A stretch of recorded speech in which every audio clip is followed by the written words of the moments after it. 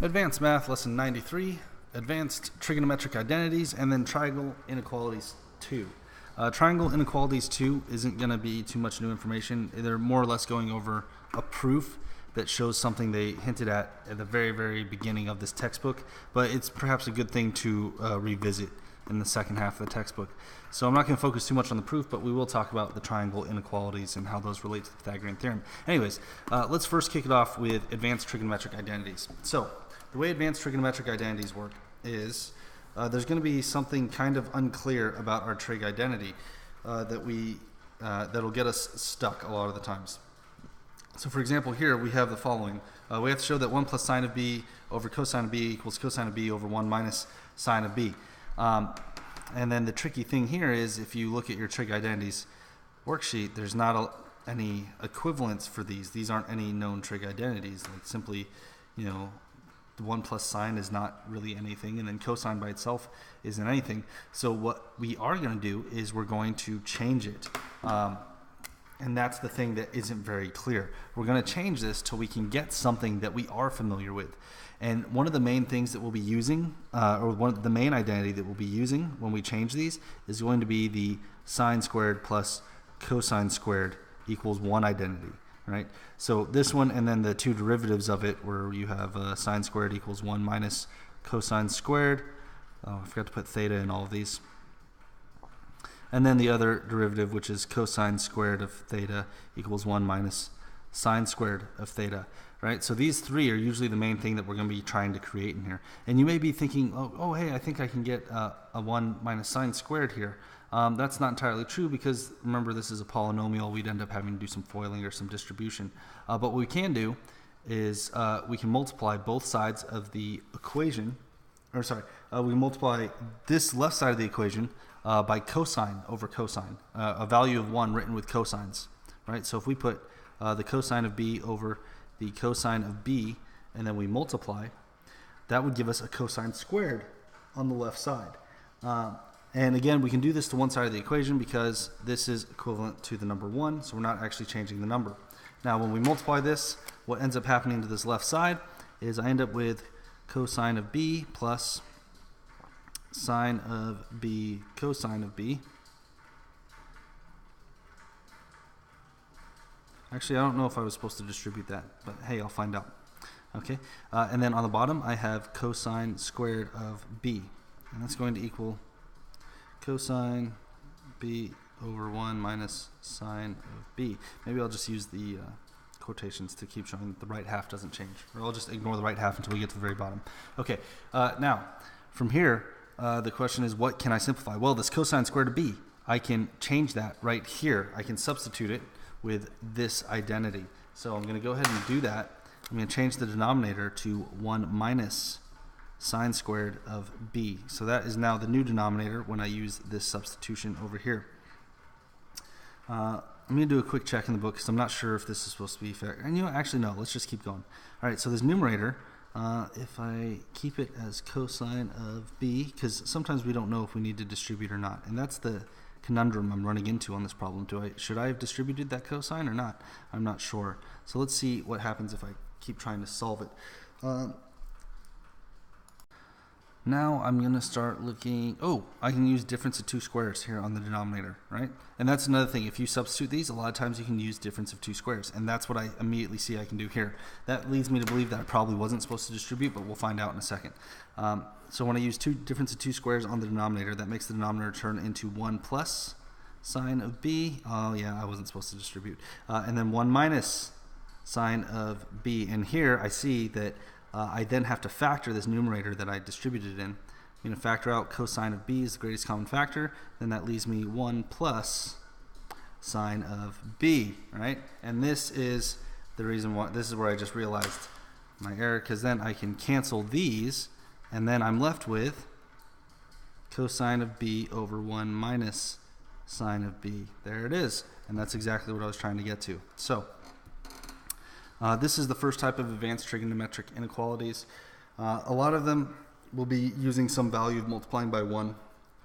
to try to force one of these identities right here, one of these trig identities. Most usually it's going to be the sine squared and the cosine squared of theta identity that you're trying to force, because that one should be pretty recognizable by now, and it's very simple to substitute. The advantage when you substitute is that you can use difference of two squares on either versions of this. So that's the first one. Oh, we're at 5 minutes.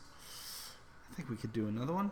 All right, so the other way that, yeah, we need to do another one. The other way that we'll be getting advanced trig identities is going to be problems like this. We have x times, I'm on example 93.3 in your book, by the way.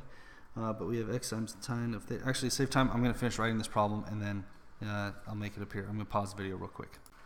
Ta-da! Okay, here we go. We've got the problem now. Just magically appeared out of nowhere. Kapow! A wild trig problem appears. Pokemon joke for those of you who don't get it. All right. Now, the way this second type of problem, the way this is going to work is we're just going to have to simplify this left side. All right. So we see that we've got two polynomials being squared, and there's not any substitution I can do with these. And then if you try to distribute the exponent the wrong way, then that would be the poor substitution of sine squared and cosine squared. So what we actually have to do is we actually have to FOIL both of these. All right, so if we FOIL this left side, I'll make this one blue, and then where's green? Yeah, this right one we'll do in green, so that way we can sort it easily. So I'll start with one in blue on the left. If I FOIL this one, the first times the first is going to give me x squared sine squared of theta, and then I'm going to get plus x y sine of theta cosine of theta, and then the last term is going to be y squared cosine squared of theta. All right, so that's all the blue terms, right? And then now I have to add. I'll move this plus sign down. Just know that if this were a minus sign, it would get distributed to anything that I FOILed here. But since this is plus sign, it makes it nice and easy. So then this one is going to be x squared times cosine squared of theta minus x y sine of theta cosine theta, and then plus y squared sine squared theta. Okay, so now I've written out the entire left side. Now what I need to do is I need to do a little bit of simplification. The first thing that I see I can simplify is right here. I've got like terms. I'm going to add them, and they cancel. Yay, good job, like terms. Okay, next what I've got here is I can do some grouping, some factoring. So what I see here is that I've got x squared sine squared of theta, and then x squared cosine squared of theta, right? So what I can do here is I can factor out a, I'm trying to remember the phrase for this. I forget what this is called. I can factor out the greatest common factor by grouping. So I'll group the x's together. So if I make this x sine squared of theta plus x squared cosine squared of theta, I can factor this out in its own little parentheses, and it would be x squared sine squared of theta plus cosine squared of theta, right? And then that would be added to the y being grouped out, y squared times cosine squared theta plus sine squared theta, right? And then the cool thing about this is we know that each of these identities up here, they're equal to 1.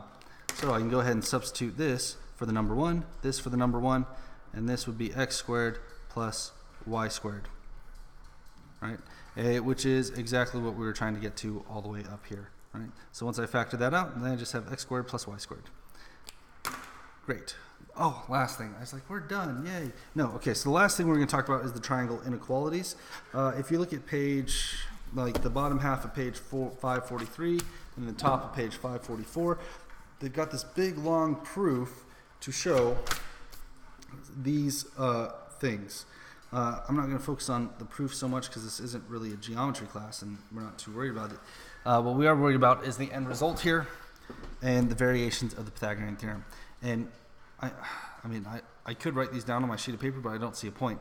I would bookmark page 543 in your book. This is the thing we need to memorize.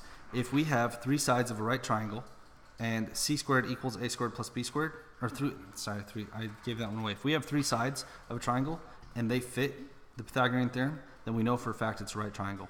Now, if we solve these and c squared ends up being greater than a squared plus b squared, we know it's going to be an obtuse triangle, which is great because greater than obtuse, it matches perfectly. Last one, if c squared ends up being less than a squared plus b squared, we then have an acute triangle. So the way we're going to apply this really quick, I'll do one example in the book. The book tells me to classify a triangle with the sides 4, 7, and 5. All right, so I've got a triangle with these three sides. I know that the largest side is always going to be C.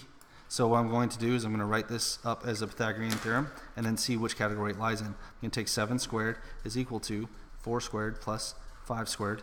That gives me 49 over here. And then 4 squared is 16, 5 squared is 25, 16 plus 25 is 35, 41. So in this case, 49 is greater than 41, which means this is an obtuse triangle. And it is that easy. That's all there is for lesson 93. If you guys have any questions, let me know on the school website, and I will see you in class.